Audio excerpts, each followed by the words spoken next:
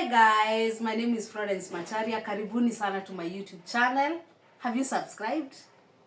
Anyway, thank you so much for the returning viewers and for the new viewers. Karibuni sana. Make sure you like, share, comment, and most importantly, usisahau kusubscribe. Kusubscribe nayo ni lazima. Hata kama utasahau kushare, kusubscribe nayo usikose. Anyway, today I am here for tea. Niko hapa kwa sababu ya chai. Okay. Hii story mtu anajaribu kunyamazia, unashindwa. Nilikuwa nimesema sita mention anything about his story, lakini sasa na feel ni kama inaninyonga. Mpaka nilikuwa nimecurate FYP yangu isiniletee hiyo story, lakini naiona tu everywhere I go. Anyway, nikajiuliza kwani what is the worst that can happen? Nikia my opinion. Wacha niseme initoke.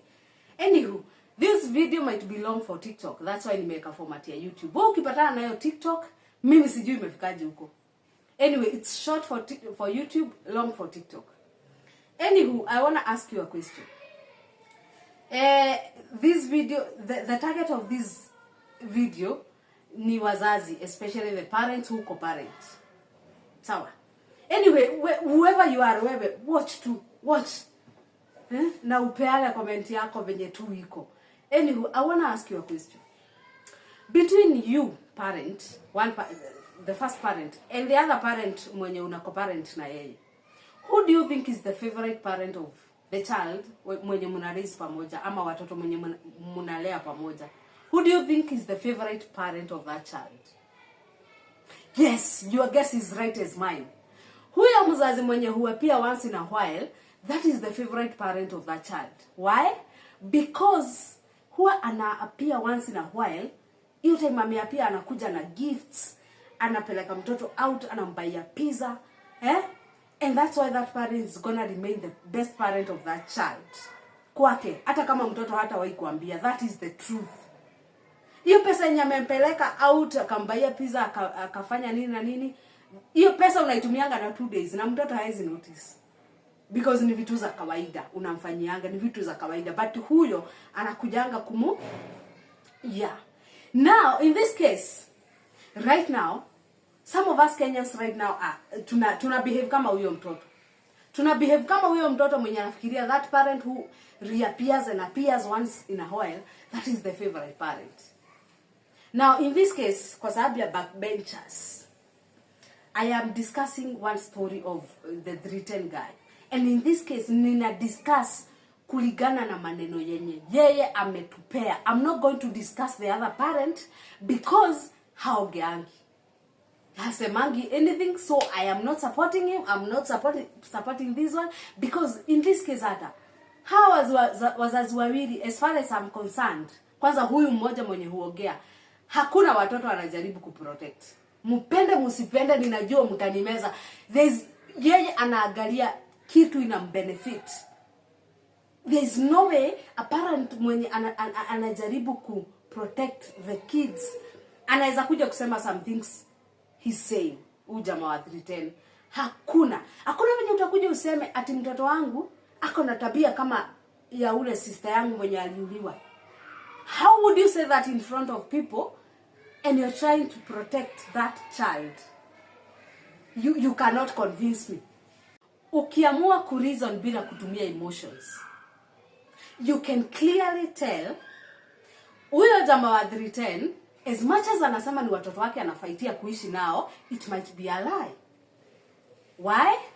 Tell me how an African man atachukua watoto weekend kutoka from the other parent and then awapeleke shule wakuje waibiwe watoto wake biological. An African man, mtu mwenye anajua kwanza anasupportiwa na watu. Let me tell you, kama hiyo ndio ingekuwa the case, agetoa drama because he's dramatic, agefanya drama yoyote, aende huko na fujo, aende watoto wake, and Kenyans would support him. I am so sure of that. So kuna story hasembi hapa what happened. Chances are hata hii story yote ya Sunday akituambia alinyang'anywa watoto and so on, ilikuwa story za jaba. Lakini sasa juu mnataka kutumia emotions, you can't. Also, sijui kama mmesikiza story yake. It's very inconsistent, my God. If you remember very well, the first time alikuja akasema watoto wake wamelipiwa na Kenyatta Foundation shule. Fees imelipwa na Kenyatta Foundation. The next time akakuja akasema amelipa school fees the whole year. The that time ametuambia aje watoto wamefukuzwa. Then then akaenda akalipa fees. Why are you not questioning those things zenye anakuja kutuambia? Why? Nyinyi watu wenye mnamsupport. Na mimi sitetei mtu yeyote, but as long as ni ametupea hiyo story, tunaweza, you can be able to analyze it and try bila kutumia emotions uniambie, is it making sense? 1 minute anasema analipanga fees ya 500,000 for national school. The other minute 100,000. Is it consistent? Mnakumbuka akituambia hii story ya kusema ati anataka kuishi na watoto. Do you remember when he said he bought a house ya 90 million? Yeye mwenyewe alisema hata hataki kuishi huko. Alisema atawaacha na msichana wa kazi, yeye aendelee na maisha ya aendage kuwasalimia. Is that a person who wants to stay with the kids? Hii story hata kama hamuoni vizuri because mnataka tu kutumia emotions. The guy anajaribu kutuambia anafaitia watoto wake. Deep down, he's not even sure kama anaweza manage kukana wao. In as much as staki ku take sides. Okay, clearly nakani kama na take sides. But it's because the other guy, the other parent, haogeangi. Akiogea, tutakaa chini tuongea about him. About whatever he said. Tutaianalyze. Kwa sababu walitupea chai. But now, hatupei chai. Basi sasa mtu mnatetea ni jamaa wa 310, mtu anakuja kuambia ati kama hakuuliwa na hiyo skado ya 310 hata hii haitammaliza. And you're all there sympathizing with him. Endelea kusympathize na yeye, lakini pia mreason bila kutumia emotions bana. Alafu another thing, since the mother of those children died, before when she was alive, mshaisikia huyu jamaa wa 310 akikuja ku clear any allegations against him. Alikuwa amesema vitu mingi sana about him. Hata alikuwa amesema hezi ishi nyumba moja na bibi ama he never came to clear those allegations. But sahi every single day anaenda kanisa yake ama anywhere ako mbele tu ya watu. Lazima atasema hiyo kitu. Lazima ataongea anything, ataongea about the past, ataongea mpaka vitu hata hazikuwa zinamhusu kama dowry, anasema mpaka the husband hakulipa dowry, alilipiwa. How did he know about all this? Okay, let's assume ni mzazi alimwambia ati huyo mtu si alilipa dowry, ni huyu msichana alijilipia. Na akasema huyu alikuwa anajilipia ndio mzazi achukulie huyu seriously. You kama wewe, let's assume ni mimi najilipia dowry, nataka mzazi wangu apende huyu kijana ananioa. Why should I tell her? Nikimwambia atambeba na uzito kweli? Come on guys, let's reason. Sasa every single day ako hapo akiongea about the kids, kitu hakuifanya before the mother of those kids alikuwa. How are you trying to tell me ana protect hao watoto aje? Ana protect, haku anaiongea before. Sahi mpaka anasema mbele ya kanisa that huyu mtoto wake hana tofauti na ule sister yake aliuliwa, tabia ni zile zile. Na anasema hivyo mbele ya kanisa, and you're clapping and sympathizing with him. Guys, can't you see this is someone who was somehow bitter because of her remarrying again? Na hiyo time hagesema because hageweza, she was alive. But sasa all of a sudden kila kitu imewekwa hivi.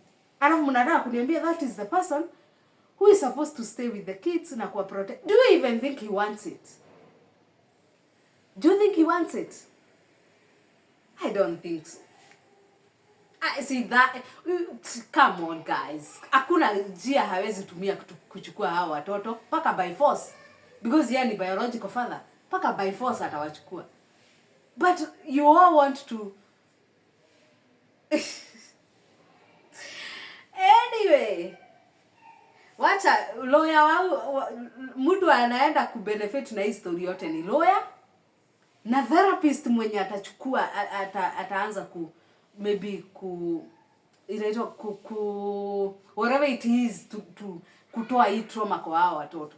That is the only person who is, if at all kuna mtu atashughulika kuwapeleka therapy. But kama hakuna, the only person who is going to benefit from all this is the lawyer. Na hapo ndio nitafugia. I thought hata nitaongea sana, it's not even long. Anyway, bye guys. Kama unaniona ukiwa YouTube guy, please make sure you subscribe. Hii ni chai lakini siletangi chai hapa. Lakini nimeileta kwa sababu where else do you want me to air my views? But guys, subscribe. Monday tupatane, niko na video oh god. Yeah, kuna video ninaweka Monday. Bye.